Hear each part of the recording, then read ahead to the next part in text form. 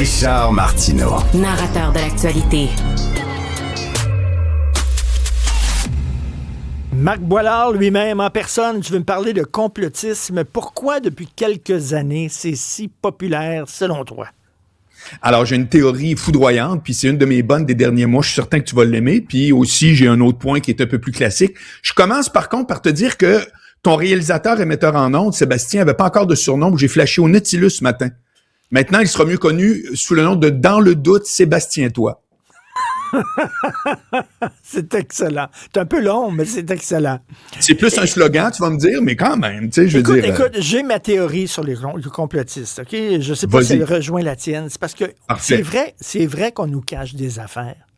Oui. On nous cache des affaires. Regarde sur les trucs Epstein, là. Même là, le suicide supposé de Jeffrey Epstein. Quand tu caches des affaires aux gens, les gens, leur imagination partent. Voilà.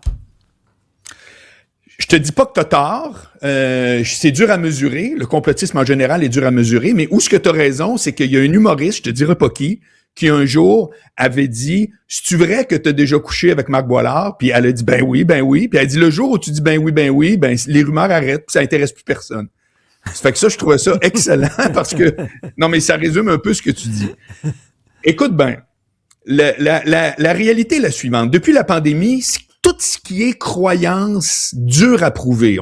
Avouons que, à moins que tu sois un complotiste maladif, c'est dur de prouver le complot. C'est-à-dire que ça peut t'intéresser, tu t'informes, mais à quelque part, c'est très, très rare quelqu'un qui dit « Je suis témoin, j'étais là dans la cellule quand il s'est fait tuer. » là, tu comprends? Ça fait que c'est quand même des croyances qui sont dures à prouver. Fine. Est-ce qu'ils sont tout le temps bidons? Je suis d'accord avec toi, pas tout le temps. Mais ce qui est arrivé, c'est que depuis la pandémie, on a vu une résurgence de ça. Pourquoi, selon moi, ça existe en général et depuis ce temps-là? C'est que la vie, Richard, est beaucoup, beaucoup plus compliquée qu'elle ne l'a jamais été. Et ça amène une dose d'anxiété que de tout temps, les gens ont voulu calmer. Pendant des décennies, c'était la religion. Tu sais, la religion, là, ça répondait à bien des affaires. Puis t'es pas obligé de retourner dans le temps de Jacques Cartier, là. Je me souviens d'une conversation avec mon grand-père. On était dans son salon sur l'avenue Villeneuve, à Charlesbourg, et on regardait un documentaire sur l'histoire de l'univers, ou je sais pas trop. Puis je me souviens, bien relax, il avait dit, je sais pas pourquoi ces gens-là s'arrêtent. C'est un mystère. C'est un mystère. On pourra jamais le savoir, c'est un mystère. Tu comprends? Mon grand-père. OK? Mon grand-père. Pour lui, là, c'était réglé. Essaye pas de trouver c'est quoi, pourquoi la Lune tourne autour de... C'est un mystère. Ça fait que tout ça, c'était très calmant, c'était très reposant de savoir qu'il y a une vie après là. Quand t'es croyant, là, il y a plein d'angoisses qui tombent, là, tu me suis? C'est sûr. Voilà. Exact. Ça fait que ça, je vais te dire que, d'après moi, l'époque est plus anxieuse que jamais. Ça amène pas juste les complots, ça amène l'horoscope. Tu sais que, moi, ça me fait capoter. Sais-tu ce que j'ai vu dans mon Netflix cette semaine? Netflix? Une nouvelle section marquée « Voici vos choix de films selon votre signe du zodiaque. » Tu me niaises. La main de même. Tu me niaises. C'est vrai, ça? Oui, non, mais c'est parce que c'est pas tout le monde qui l'a vu. Puis moi, je t'ai insulté qui m'a montré ça à moi en passant. Ben voyons. Montrer ça, je sais pas à qui, pas à moi, là. C'est épouvantable, m'en riait mon profil arrière de tout ça, mais en tout cas. C'est pour te dire qu'on est là. Va sur... essayez-le là. Va soit sur elquebec.com ou sur les sites... de magazines de filles, là, dans les premières sections les plus populaires, horoscope.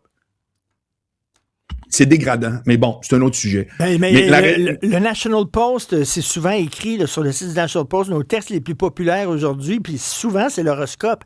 Les gens sont angoissés. On cherche maintenant, tu sais, on cherche une raison, là.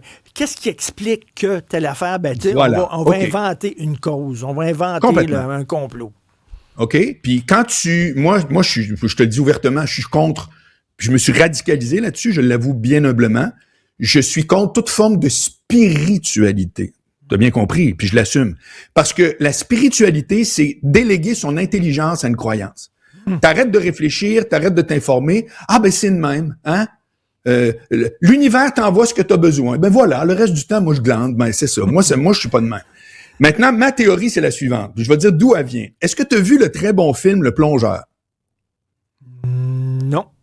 Film québécois, j'ai dû le voir 5 fois déjà. Non. Ah oui? C'est tiré d'un roman. Ah, c'est bon, mon vieux. C'est l'histoire d'un gars qui est un plongeur dans un restaurant. Ça se passe sur le plateau, dans un petit restaurant italien. Puis, il y a un problème de jeu. Puis là, ben évidemment, ça vire mal, etc. C'est vraiment vrai. C'est avec Henri Picard. OK. C'est super bon. Et dès le début du film, il commence puis il explique pourquoi lui, c'est un joueur. Puis il dit, moi, là, je suis pas un joueur parce que je veux gagner 100 pièces aux machines ou peu importe. Je suis un joueur parce que j'aime ça quand je peux battre la machine. Puis là, il explique que quand les lumières allument, puis quand ça fait ding, ding, ding, puis là, il capote, puis telle affaire, il dit, c'est pour ça que je suis un joueur. Puis moi, Richard, je suis pas un joueur.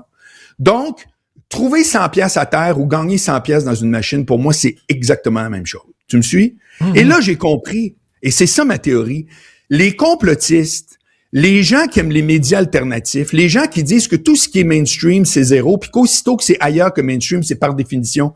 C'est comme les joueurs. C'est-à-dire que pour eux autres, là, ils savent de quoi que toi puis moi, on sait pas.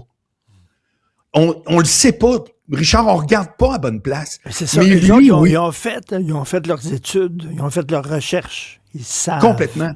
Exact. Mais jusque-là, c'est pas encore assez excitant. Ce qui est hot, c'est qu'ils le savent alors que toi, tu le sais pas. Et c'est ça, moi, je pense qu'il y a une couche qui s'est rajoutée.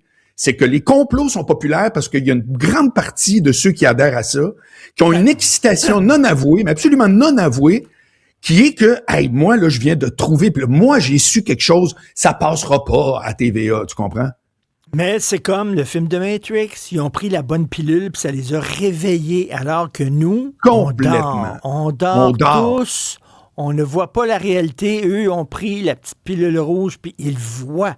Comme les woke, ils sont éveillés, alors que la majorité des gens sont endormis. Exactement. Ouais. C'est capoté. Merci beaucoup, Marc. Bon week-end. Salut. Salut.